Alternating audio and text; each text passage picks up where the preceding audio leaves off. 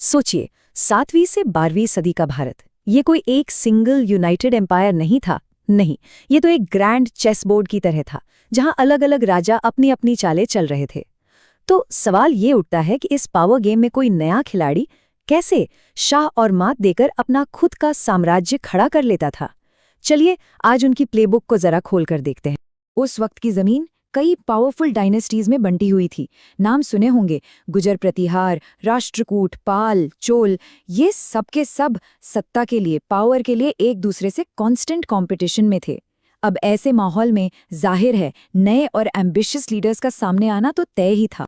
तो फिर सबसे बड़ा सवाल यही है, राइट, कि इस लगातार बदलते पावर गेम में नए रूलर्स ने आखिर लास्टिंग किंगडम्स बनाए तो बनाए कैसे?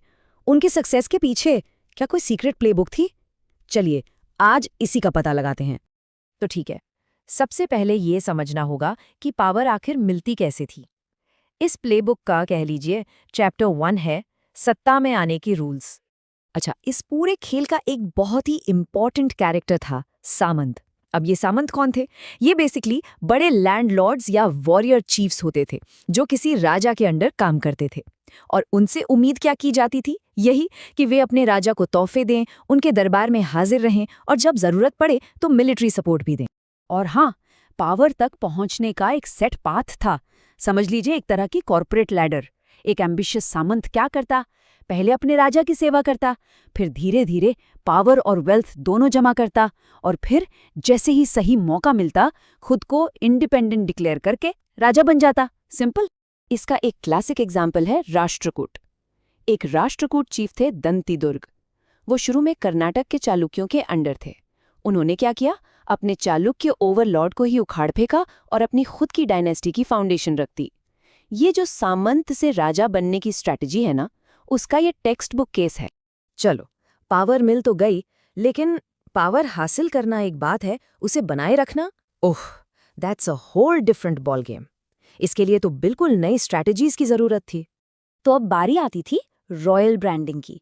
अपने रूल को लेजिटिमाइज करने के लिए ये नए राजा बड़े बड़े हाई साउंडिंग टाइटल्स अपनाते थे, जैसे महाराजा अधिराज, मतलब राजाओं का भी राजा, या फिर त्रिभुवन चक्रवर्तिन, तीनों लोकों का लॉर्ड।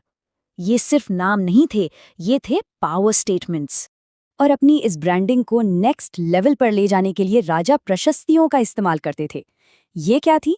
सोच लीजिए उस जमाने के पीआर कैंपेन्स। पढ़े लिखे ब्राह्मण राजा की तारीफ में लंबे लंबे पोएम लिखते, जिनमें उनकी जीत को खूब बढ़ा चढ़ाकर बताया जाता था।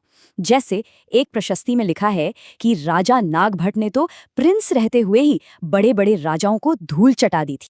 और देखिए, ये दावे सिर्फ हवा हवाई बातें नहीं थीं, इन्हें बाकायदा कॉपर प्लेट्स पर लिखवाया जाता था। और ये प्लेट्स तब दी जाती थी जब जमीन ग्रांट की जाती थी। मतलब ये एक तरीका था अपने प्रोपेगेंडा को एक परमानेंट और ऑफिशियल डॉक्यूमेंट बनाने का। स्मार्ट, हाँ? लेकिन एक एम्पायर चलाने के लिए ब्रांडिंग से ज्यादा जरूरी क्या है? पैसा। और पैसा कहाँ से आता था? जाहिर है जनता से, टैक्सेस के रूप में। और जरा अंदाजा लगाइए, चोल साम्राज्य के इंस्क्रिप्शंस में 400 से भी ज्यादा, आई रिपीट 400 से ज्यादा अलग अलग तरह के टैक्सेस का जिक्र मिलता है। अनबिलीवेबल। इन टैक्सेस में से कुछ तो बड़े इंटरेस्टिंग थे। एक था वेटी।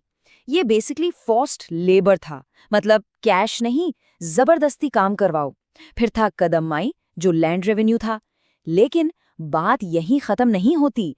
घर पर छप्पर डालने पर टैक्स, ताड़ के पेड़ पर चढ़ने के लिए सीढ़ी इस्तेमाल करने पर टैक्स, और तो और फैमिली प्रॉपर्टी के सक्सेशन पर भी टैक्स लगता था। सोचिए जरा। तो पैसा आ गया, ब्रांडिंग हो गई। अब आगे क्या? अब बात करते हैं एम्पायर एक्सपेंशन की। देखिए, वेल्थ और पावर को सिर्फ मेंटेन नहीं किया जाता था, नहीं, उसे एक्टिवली बढ़ाया जाता था। और उसका जरिया था युद्ध। इसका सबसे बड़ा एग्जाम्पल है त्रिपक्षीय संघर्ष या अ ट्राइपार्टाइट स्ट्रगल। गंगा घाटी में एक शहर था कन्नौज, उस जमाने का एक बड़ा कमर्शियल और पॉलिटिकल हब। और इस एक शहर पर कंट्रोल के लिए गुर्जर प्रतिहार, राष्ट्रकूट और पाल, इन 3 डायनेस्टीज ने सदियों तक जंग लड़ी। लेकिन एक बात समझनी होगी, ये लड़ाइयां सिर्फ जमीन के लिए नहीं होती थी। इनका एक बहुत बड़ा मोटिव था दौलत लूटना। और उस जमाने में दौलत का सबसे बड़ा सेंटर क्या होता था? मंदिर। जी हाँ, मंदिर। इसीलिए हमला करने वाले राजा अक्सर रिच टेम्पल्स को ही अपना टारगेट बनाते थे। अब बात करते हैं उस डायनेस्टी की जिसने इस रॉयल प्लेबुक के हर चैप्टर में कह सकते हैं मास्टरी हासिल कर ली थी, और वो थे चोल राजवंश।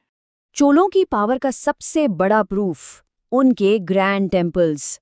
तंजावुर और गंगईकोंडचोलापुरम की ये मंदिर ये सिर्फ पूजा की जगहें नहीं थी, ये तो उस दौर की इकोनॉमिक, सोशल और कल्चरल लाइफ के बीटिंग हार्ट थे। उनकी पावर सिर्फ पत्थरों में नहीं, आर्ट में भी दिखती थी। चोल पीरियड की जो ब्रॉन्ज स्कल्पचर्स है ना, वो आज भी दुनिया की फाइनेस्ट आर्टवर्क्स में गिनी जाती हैं। उनके इनक्रेडिबल क्राफ्टशिप का सबूत।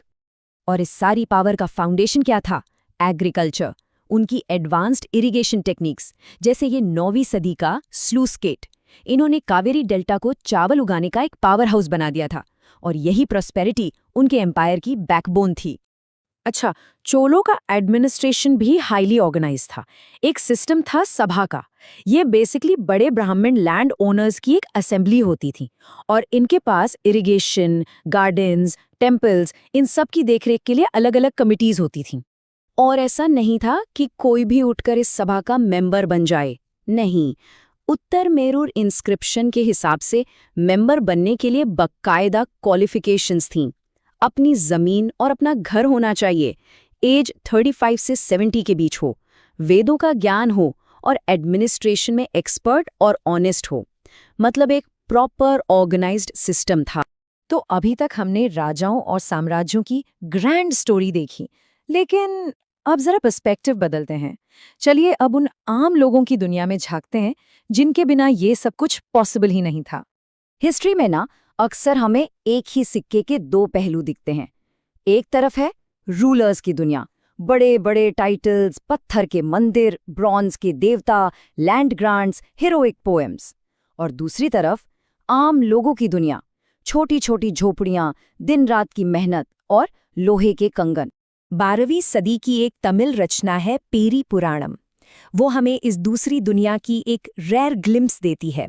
उसमें पुलैया लोगों के एक छोटे से गांव का जिक्र है, जिन्हें एक तरह से आउटकास्ट माना जाता था। ये लोग खेतीहर मजदूर थे, छोटी छोटी झोपड़ियों में रहते थे। ये वो रियलिटी है जो रॉयल इंस्क्रिप्शंस में कभी नहीं मिलती। तो आखिर में एक सवाल सोचना लाजमी है, एक किंगडम की असली लेगेसी क्या है? वो राजा जिन्होंने शानदार मंदिर बनवाए, या फिर वो अनगिनत लोग जिनके धान कूटने से, जिनके पसीने से उस पूरे साम्राज्य का पेट भरता था? एक प्रोवोकेटिव थॉट है ना? शायद असली कहानी इन दोनों दुनियाओं के बीच में कहीं छिपी है।